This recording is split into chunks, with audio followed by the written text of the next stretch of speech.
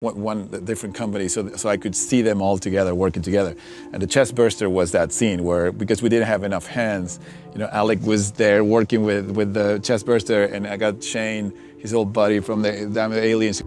Oke, kali ini kita akan membahas kembali Alien Romulus, dan kali ini kita akan fokus ke practical effect ya. Kalau kalian pengen melihat full video proses pembuatan dari Alien Romulus ini, kalian bisa tonton behind the scene-nya. Nanti mungkin gue taruh di kolom deskripsi kali ya, mudah-mudahan boleh. Setahu gue boleh ya. Oke lah, nanti kita akan taruh di kolom deskripsi aja ya, supaya kalian bisa tahu bagaimana sih proses pembuatan film Alien selama ini. Karena gue baru nonton untuk yang edisi Covenant juga. Mungkin gue akan bahas kalian juga di film ini. Jadi yang akan gue bahas mungkin berfokus ke Romulus dulu, baru setelah itu gue bakal merembet ke proses pembuatan film Alien Covenant. Oke, kalau begitu kita langsung saja. Inilah bagaimana Alien Romulus dibuat, lalu apa saja kelebihan dan kekurangannya. The face inflate by the actor's own breathing, and typically you wouldn't do that. I mean, a lot of the time you would have an off-camera tube or something like that, but for everything that we're doing, we have to have everything that's been able to control by the actor. Jadi director tercinta kita sekarang yang lagi dibicarakan banyak orang itu Fede Alvarez. Dia pernah mendirect 2 film, yaitu Don't Breathe dan juga Evil Dead yang versi remake yang 2013. Dan 2 film itu memang berfokus, atau bukan dibilang berfokus sih, 2 film itu sama-sama ada adegan seksnya. Itu yang harus kalian tahu dulu, karena otak kalian seks. Lanjut. Nah, jadi Fede Alvarez itu sangat-sangat tertarik untuk memproduksi Alien karena dia menonton Alien Covenant waktu itu. Jadi 2017 itu dia melihat proses pembuatan Alien Covenant. Dia suka dengan apa yang Ridley Scott sudah bangun, Alien franchise, dan dia memang dari kecil nonton film Alien, dari Alien 1979 sampai Prometheus mungkin dia nonton. Jadi dia huge fan banget sama Alien ini, dan dia nggak menyangka kalau misalkan dia bakal diminta atau berhasil mengajukan diri untuk mendirect langsung film Alien. Salah satu film Alien yaitu Alien Romulus. Dia tidak menyangka itu. Like, oh god, kayak katanya memang dia sangat-sangat kaget dan sangat-sangat terpacu ya, sangat thrilling untuk mendirect film satu ini. Apalagi dia dengan polosnya bisa dibilang, dia malah mau pengen menyentuh nih masterpiece dari tahun 1979. Dan dimana supaya dia, kalau dia mau main aman, dia bikin aja sequel untuk Alien Covenant atau sequel untuk Alien Resurrection, tapi enggak, dia malah pengen menyentuh yang original. Jadi kayak, aduh, gue main api nih ibaratnya. Makanya dia konsultasi juga kan sama James Cameron, dan juga dia waktu itu sempat ngobrol juga sama Ridley Scott. Bahkan yang nonton pertama film itu kalau nggak salah Ridley Scott. Dan ya seperti kalau kalian udah nonton YouTuber luar itu, mereka udah bahas kalau misalkan reaksi Ridley Scott itu it's fucking great. Wow, filmnya katanya begitu. Tapi ada beberapa bad signs juga dari James Cameron, cuman ya we save it for later lah, itu kekurangan lah. Jadi bagaimana film Alien ini dibuat? Jadi benar-benar Fede Alvarez itu pengen membuat ini se-grounded mungkin seperti di film Alien 1979, yaitu semua setnya, lokasi dari pembuatan properti sampai aliennya, semua fase aliennya itu praktikal. Jadi kalau kalian melihat facehugger di film ini, itu completely animatronic, completely dikendaliin sama orang di belakang layar. Kalian lihat chest burster itu ada, Pak. Ada moldnya dan ada bisa dibilang propertinya itu ada. Lalu kalau kalian lihat xenomorphnya itu ada, yang mungkin CG itu hanya adegan ketika Ray nembak semua xenomorph itu palanya pada pecah. I don't know, mungkin itu pun praktikal, we don't know. Tapi gue bisa asumsikan itu beberapa CG ya, sebagai bahan enhancement aja. Dan mungkin untuk menambah jumlah xenomorph ya, dia menggunakan CG. Menambah jumlah facehugger, dia juga menambah CG. Tapi tetap base dasar ketika syuting itu, mereka menggunakan properti langsung atau props langsung. Tujuannya apa? Ini menurut gue bagus alasan dari Fede Alvarez. Karena gue pun juga filmmaker sebenarnya, tapi untuk short movie doang. Dan ketika menggunakan praktikal, gue jujur banget itu lebih enak. Lu berasa lebih natural dan lu bisa masuk ke dalam adegannya gitu loh. Tapi kalau lu menggunakan green screen itu, karena kita nggak profesional juga, jadi kebingungan. Nah, bagaimana dengan aktor profesional? Fede Alvarez bilang, ketika kita berpacu atau beradu acting di depan green screen dan kita harus kayak beradegan dikejar-kejar tapi nggak ada apa-apa di belakangnya, itu reaksinya akan kurang. Tapi ketika di set lokasi kita harus lari sekencang-kencangnya kayak dikejar anjing, dan kebetulan memang anjingnya ada di belakang ngejar beneran, dan kasus ini yaitu facehugger. Jadi facehuggernya beneran ngejar, ada orang ngendalin tuh pakai remote control, facehuggernya beneran ngejar walaupun jumlahnya tidak sebanyak yang di film, mungkin penambahan atau duplikasi menggunakan CG, tapi pada saat syuting itu memang beneran ada facehugger yang ngejar gitu loh. Jadi ambience dari si para aktor pun juga mereka lebih mudah untuk berakting, mereka bisa lebih lepas, ya mereka tinggal all out aja kayak lagi dikejar anjing. Wah lari bos, gue nggak mau dihamilin, simpelnya kayak begitu. Jadi menurut gue ini bagus. Itu salah satu kelebihan terbesar ya film ini. Semua pak, literally semua adegan. Dan ini spoiler, gue bakal mulai langsung ke adegan dari filmnya. Beberapa yang menurut gue impossible untuk dibuat, tapi mereka buat menggunakan praktikal. Yang mungkin gue bakal mulai membahas dari adegan chest burster kali. Chest burster itu adegannya itu lumayan sulit loh. Dan ternyata mereka menggunakan praktikal, jing.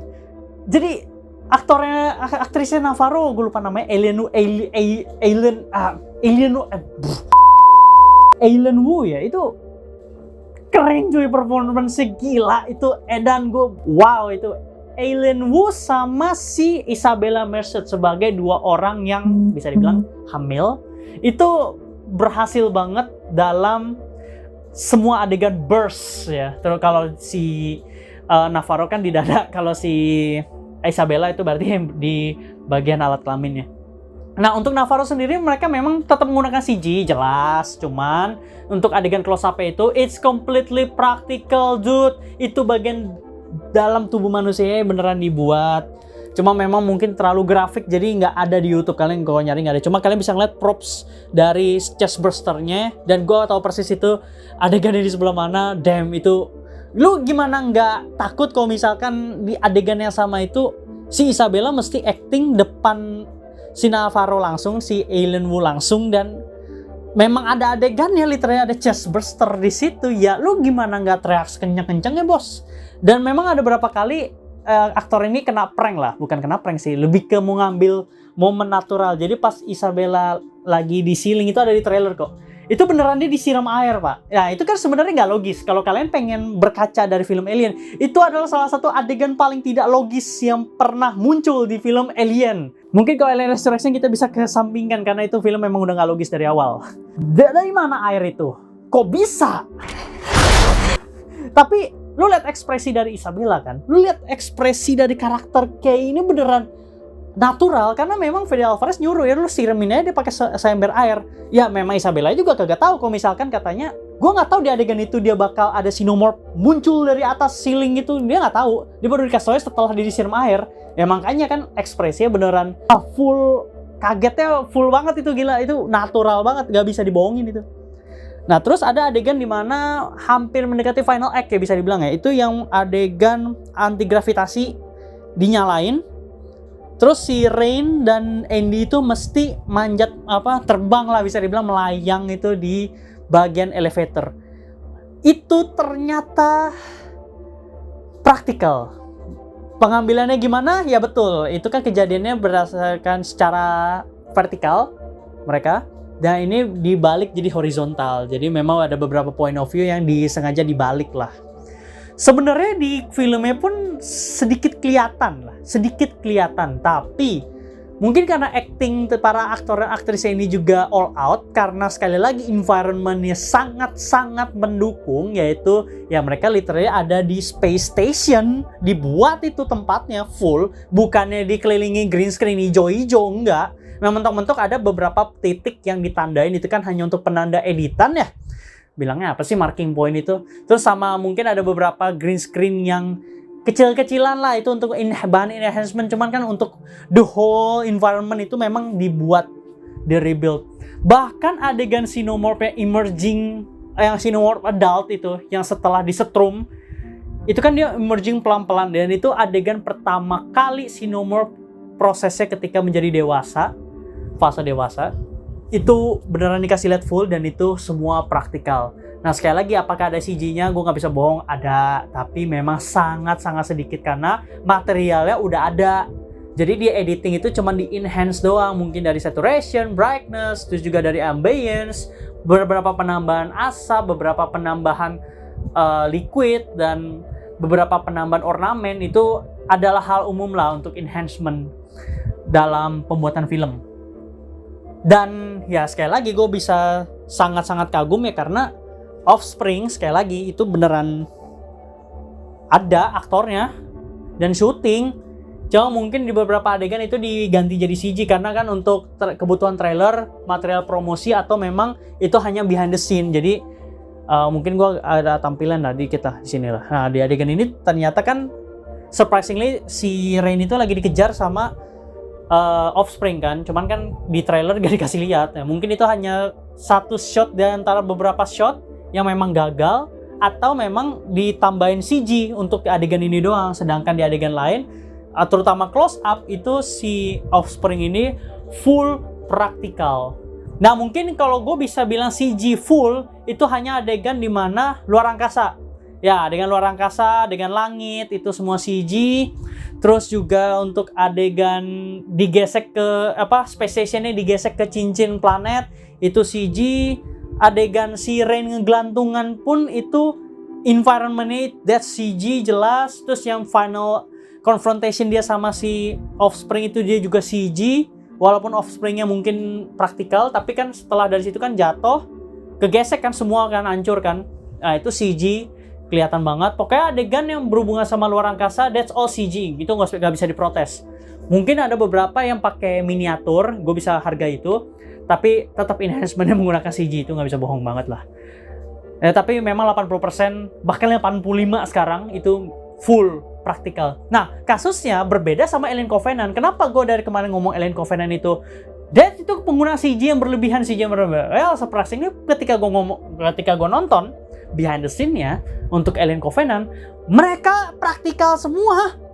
Ada bloodbuster, ada adegan bloodbuster yang keluar dari badan hostnya juga ada. Syutingnya praktikal. Terus adegan si Neomorph berdiri, Neomorph beraksi itu praktikal, ada aktornya, ada kostumnya. Dikasih tahu bahkan bahannya dari apa, tampilannya gimana, enhancementnya gimana.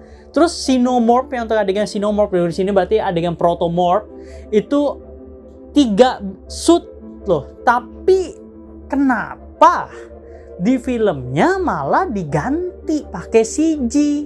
Jadi Ridley Scott bilang pada saat behind the scene itu, dia bilang kita memang pakai praktikal, semua pakai praktikal, bahkan untuk environment-nya itu ya bisa dibilang 50% udah jadi lah. Jadi 50% itu praktikal, 50% CG lah untuk beberapa penambahan keterbatasan kan, karena nggak bisa bikin environment terlalu luas. Terus adegan di Covenant di mana semua kaum engineer itu dibunuh sama David itu kan beneran CG semua, bisa dibilang itu adalah simulation semua. Itu gue bisa mewajarkan lah untuk adegan itu kan, karena butuh adegan yang sangat, pengambilan gambarnya sangat luas banget, that's all CG, oke. Terus beberapa enhancement untuk wide shot yang benar-benar wide shot itu CG juga, karena wajar lu nggak mungkin bangun lahan seluas itu hanya untuk film kan, ya, like budget lu berapa gitu loh. Dan surprisingly yang gue agak kecewa itu adegan Protomorph dan Neomorph, mereka ada bajunya, mereka ada kostumnya, kenapa nggak di-enhance pakai CG itu sedikit aja, biarkan natural itu, kan mereka dari manusia kan, ya udah kenapa nggak buat acting itu natural aja, kenapa mereka malah menambahkan atau mengubahnya itu di post production menjadi CG, yang akhirnya filmnya dihujat kan, dimana adegan Protomorph kelihatan banget unrealistic, terlalu animalistic, terlalu simulation kalau katanya orang 3D, terlalu kelihatan kalau misalkan ini nggak ada di situ, padahal ada, cuma adegannya di replace. Dan ya kalau kalian tahu pengambilan gambar seperti itu biasanya memang dilakukan secara terpisah, yaitu adegan aliennya dulu sendiri, baru adegan manusia sendiri, baru nanti digabungin di post production, pada saat production. Nah, kalau misal kamu diganti CG, berarti adegan manusianya itu ada syuting adegan di mana manusia dan Protomorph itu barengan, nanti baru di replace tuh Protomorph sama CG, yaitu pakai footage yang nggak ada Protomorph-nya. Kira-kira seperti itulah gambaran kasarnya. Itu yang bikin kita kecewa sama film Alien Covenant, tapi kita bisa memuja-muja Alien Romulus ya karena itu. Tapi ada kekurangannya untuk film Alien Romulus ini. Setiap film pasti ada kekurangan. Bahkan film sekaliber Avengers Endgame, Avatar itu ada kok kelemahannya, ada kok yang kurangnya. Kekurangannya sudah jelas dari segi luas, environment-nya itu sangat-sangat kurang. Ambience-nya kengerian maksimal, cuman untuk latar tempat, pengambilan gambarnya itu beneran kelihatan banget terbatas. Shot by shotnya itu nggak fleksibel, kurang fleksibel. Karena kan film sekarang kan terlalu mengandalkan 3D, jadi pengambilan gambar kamera itu pasti diupdate lebih dinamis. Nah di film ini nggak. Satu mungkin karena untuk menghormati legacy yaitu di Alien 1979 dan Alien 1986 shotnya juga biasa aja kok, nggak yang aneh-aneh banget. Cuman kan ya look again man, this is 2024, harusnya bisa lebih revolusioner, bisa lebih bagus lagi karena ada kok beberapa film yang memang praktikal semua tapi pengambilan gambarnya itu mantep banget gitu loh. Beneran pengambilan gambar itu seakan-akan menggunakan CG gitu loh. Padahal praktikal. Nah, di film ini memang kurang di situnya aja. Ya, jadi kalau kalian lihat beberapa set lokasi ini kelihatannya kayak, oh kok set ini sama yang ini kok kelihatan nggak nyambung ya. Set yang ini ke sini kok kelihatannya kayak agak kurang pas gitu loh. Dan pengambilan gambarnya kenapa terlalu banyak yang kayak wide shot, terlalu banyak yang close, terlalu terbatas juga, shotnya gitu-gitu doang. Ya mungkin sekali lagi karena pengen memamerkan practical shotnya, terutama untuk adegan aliennya. Banyak banget adegan alien di film ini itu diambilnya secara close up loh. Mau adegan facehugger close up, adegan chest burster udah pasti close up karena untuk censorship juga. Adegan xenomorph adult nyerang itu close up juga. Terus adegan offspring pun close up. Gila, banyak banget adegan close up ya. Itu kan untuk memamerkan animatronik juga sebenarnya, memamerkan praktikal kayak ini loh, alien di dunia nyata, gue berhasil rebuild loh, nih loh adegannya beneran di shot sedekat itu. Cuman kan ya untuk environment belakangnya jadi kurang kelihatan. Terus juga beberapa kayak CG asapnya itu juga masih terlalu kelihatan karena kan practical shot lu dibarengi sama asap yang memang asli dari production, terus di enhance pakai CG itu udah pasti kelihatan soalnya perbedaannya. Mungkin yang bisa diapresiasi itu adalah adegan acid blood. Acid blood itu bukan sebagai kekurangan menurut gua, tapi sebagai meat lah. Jadi harusnya itu bisa lebih impactful, cuman di sini di tone down. Jadi cuman begitu aja. Beberapa adegan juga kekurangannya itu kurang impactful, bisa dibilang kayak gimana bilangnya? Ini kalau gua salah ngomong kacau nih. Gini loh, beberapa shot itu impactful, berasa dari acting, iya, sangat berasa. Kita sebagai penonton juga sangat berasa, tapi kalau dari sudut pandang filmmaking, kurangnya bukan karena performa mereka, bukan karena performa environment juga aktor, bukan. Tapi karena terlalu sempit aja, terlalu sempit. This is Renaissance. Lu kalau di wide shot di luar angkasa itu luas banget cuy. Tapi ketika kita masuk ke dalam, kok sempit banget gitu loh, kayak kok rada ngap aja gitu loh. Terutama adegan yang mereka ngobrol sama Rook itu kelihatan banget kurang luas karena keterbatasan mungkin di lokasi ya. Karena nggak mungkin laboratorium sesempit itu gak sih? There's no possible lah. Itu bahkan pesawat Renaissance itu kan menampung 2 laboratorium, Remus dan juga Romulus, dan kita dikasih lihat kok beberapa kali adegan wide shotnya sangat luas, tapi ketika di dalam itu berasa sempit banget ya. Oke, mungkin itu untuk meningkatkan suspense juga ya. Jadi ketika adegan kejar-kejaran itu bakal lebih berasa, tapi tetap untuk adegan aksinya itu kelihatan kok terlalu sempit aja gitu loh. Untuk adegan horornya justru bagus, untuk adegan aksinya justru kurang, gitulah kira-kira lah. Ya. Jadi kalau kalian bandingin sama film Alien 1986, untuk adegan aksinya itu beneran kelihatan kayak, wah luas nih bos, gue bisa nembak bos gue nih, aliennya banyak nih, kelihatan banyak, kelihatan beneran gitu. Tapi kalau ini kayak ada space yang kelihatan, oh ini mah dibatesin ini, jadi gak mungkin sebebas itu. And yet again, tapi film ini tetap masih sangat layak buat ditonton. Itu tadi hanya sekedar info. Untuk yang bagian kekurangan, kelebihan, itu hanya untuk info saja, bukan untuk memuja-muja banget film ini, bukan untuk menjatuhkan film ini, bukan. Hanya untuk info saja. Kalau kalian tertarik nih, siapa tahu the future filmmaker, siapa tahu kalian membuat Alien seri keberapa gitu loh. Ini Kalian bisa nonton video ini karena gue udah sedikit menjelaskan tuh kira-kira kurangnya di mana, kelebihannya di mana. Tetap kalau ditanya bisa gak menandingi Alien 1979 atau Alien 1986, jawaban gue masih sama. Film ini bagus karena rilisnya di tahun 2024 dengan teknologi sekarang. Karena kalau misalkan Alien 1986 mau dibuat dengan teknologi sekarang, full praktikal, itu hasilnya bakal jauh banget lebih bagus. Bukannya gue, sekali lagi bukannya menjatuhkan film ini, tapi memang Alien 1986 itu dibuatnya tuh, productionnya tuh beneran, wah lu kalau nonton behind the scene-nya, lu kalau denger penjelasan James Cameron itu, di belakang layar tuh tidak seindah yang ada di filmnya. Itu beneran effort mampus itu semua, harus terjun, itu nggak ada itu. Adegan 4DX-nya itu luas banget. Bahkan ya itu kan adegan yang sama kayak dipakai di Terminator 2. Emang James Cameron kan demennya yang kayak gitu tuh pakainya. Jadi ledakannya beneran ada ledakan. Alien Queen-nya itu ya pertarungannya memang ada yang pakai miniatur, tapi gak kelihatan bohongan gitu loh. Kelihatan natural. Nah, bagusnya di film ini mereka berhasil mengubah miniatur itu, adegan pertarungan dengan menggunakan miniatur ini menjadi real. Kayak mungkin adalah beberapa miniatur yang kelihatan seperti kayak adegan Rain yang ngegelantungan di luar angkasa, itu kelihatan kok beberapa pakai miniatur. Cuman sisanya memang aktornya langsung, karena kan adegannya close up.